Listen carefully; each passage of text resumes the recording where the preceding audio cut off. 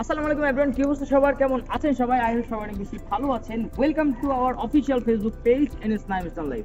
So basically guys, আজকে কিন্তু আপনাদের মাঝে নিয়ে আসলাম বোট 6.0 একটি ফ্রেমের সাইকেল নিয়ে। তো আজকে আমি আপনাদেরকে দেখাবো যে এই সাইকেলটাতে কি কি পার্টস ইনস্টল করা হয়েছে। সো গাইজ চলেন চলে যাওয়া যাক সাইকেলে কি কি পার্টস ইনস্টল করা হয়েছে ওইগুলা দেখতে। সো গাইজ, এই সাইকেলটিতে একটি ব্রেক ইউজ করা হয়েছে M365 এবং আরেকটি ব্রেক ইউজ করা হয়েছে M315। এই সাইকেলটিতে হ্যান্ডেল হিসেবে ব্যবহার করা হয়েছে 31.8 mm এর একটি লুঞ্জি হ্যান্ডেল।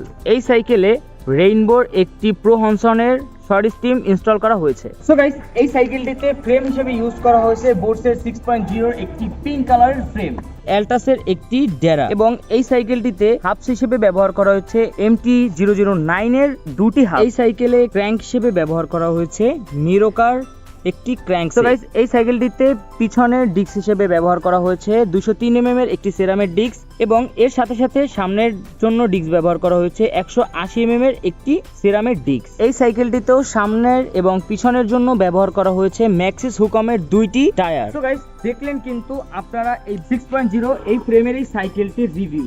সো গাইস, আজকের ভিডিওটা কিন্তু এই পর্যন্তই ছিল। আপনারা অনেকেই বলেছেন যে ভাই উইসকো প্লাস বোটসের এগুলার মানে স্ট্যান্ড সাইকেলের রিভিউ দেন।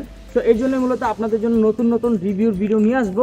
সো গাইস, আজকের ভিডিওটা ছিল এই পর্যন্তই। তো ভিডিওটা কেমন হয়েছে অবশ্যই সবাই কমেন্ট করে জানাবেন, অ্যান্ড নেক্সট টাইম আপনারা কীরকম ভিডিও চান সেটা অবশ্যই কমেন্ট করে জানিয়ে দিবেন। তো দেখা হচ্ছে নেক্সট ভিডিওতে। সবাই ভালো থাকবেন, সুস্থ থাকবেন, আল্লাহ হাফেজ।